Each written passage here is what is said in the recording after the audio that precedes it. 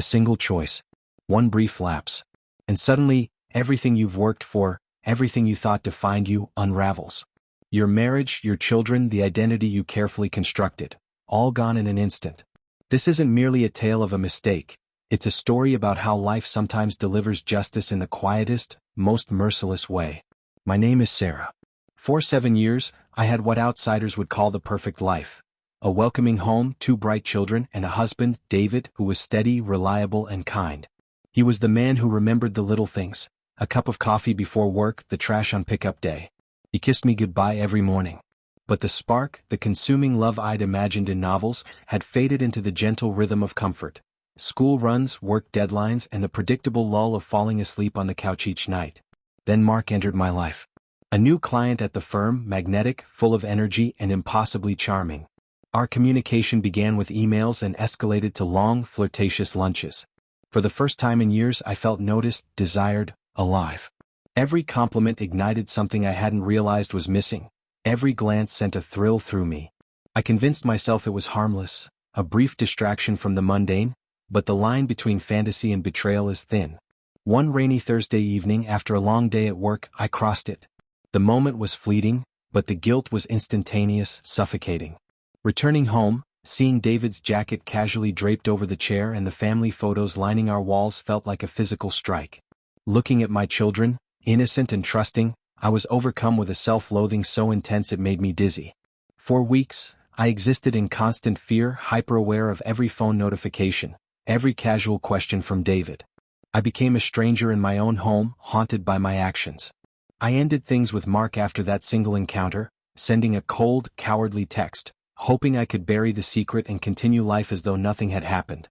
For a while it seemed like maybe I could. David remained patient and kind, life carried on, and I carried the stone of my guilt alone. But karma wasn't finished. It had only been biding its time.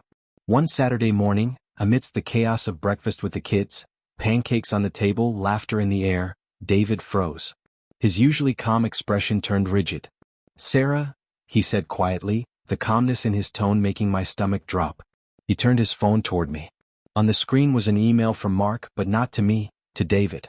The subject line was a single word, and it hit like a hammer. Mark, in some cruel act of spite after our brief affair, had chronicled everything. Dates, times, messages, even a photo of us leaving the hotel together.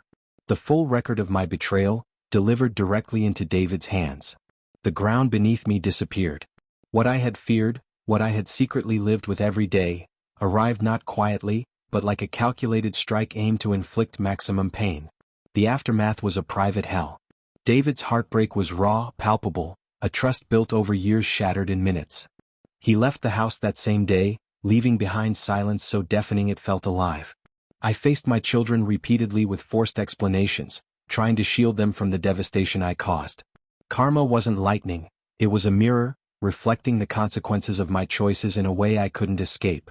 But the universe, it seemed, wasn't done with its lessons.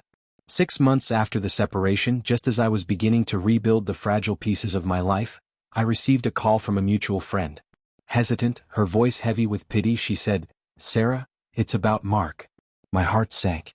He had been in a serious car accident late at night. The crash left him paralyzed from the waist down. Hearing it, I felt none of the satisfaction you might expect. No vindication. Only a deep, gnawing terror, as though the chain of destruction my actions had set in motion had come full circle. My infidelity had shattered my family, and now the man who shared in that mistake had been irrevocably damaged. The consequences of one impulsive act stretched farther than I had ever imagined.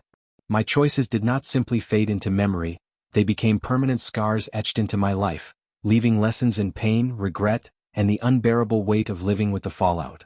One moment of weakness had remade my world entirely, a harsh reminder that some mistakes are not just mistakes, they are life-altering events whose echoes last forever.